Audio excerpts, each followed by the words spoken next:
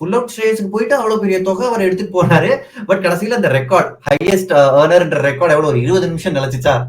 ஸ்ரேயஸ் வந்து எடுத்தப்ப நான் அவங்க எடுக்க விட்டு போறப்பவே எனக்கு ஒண்ணு தெரியும். இவங்க கண்ணுல பந்த் கிடையாது. சோ ஸ்ரேயஸ் தான் வேணும்னு சொல்லிட்டு அவங்க போறாங்கன்றது கிளியரா தெரிஞ்சுச்சு. அப்படி போகும்போது இவ்வளவு பெரிய தொகை வரத தவிர்க்க முடியாது. ஆச்சரியம் தான், but still happy for him. Okay, ஏதோ மினி ஆஸ்திரேலியா டீம் எடுத்த மாதிரி இருந்துச்சுன்னா அதுல ரிக்கி பாண்டிங் அப்படியே ஓகே எனக்கு ஆஸ்திரேலியா டீமே நான் இங்க எடுத்துக்கிறேன் அப்படின்னு இருந்தாரு. கடைசியில சிஎஸ்கே நேதர்லாந்து ரேஸ் எடுக்கும்போது கூட அவங்க தான் போட்டிக்கு வந்துருக்காங்க. ஆஸ்திரேலியாக்காரர் நிறைய பேர் எடுத்து வச்சிருக்காரு.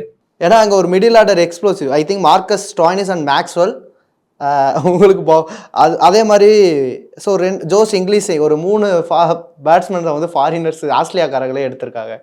அதை தவிர நீங்க வந்து இந்தியன் பிளேயர்ஸ் நீங்க பாத்தீங்கன்னா நடுவுல ஏற்கனவே அவங்க வந்து இவரை ரீட்டைன் பண்ணிருந்தாங்க, ஒரு சஷாங்க் சிங்கை ரீட்டைன் பண்ணிருந்தாங்க. இது ஒரு ஆஸ்திரேலியன் டீமா தான் இருக்க போகுது. ஜேவியர் பார்க்லெட் ஆஸ்திரேலியன் போலிங் வரப்போ யாரு வந்தாலும் ஆஸ்திரேலியாவா எடுத்து போடுன்ற மாதிரி தான் இருந்தாங்க.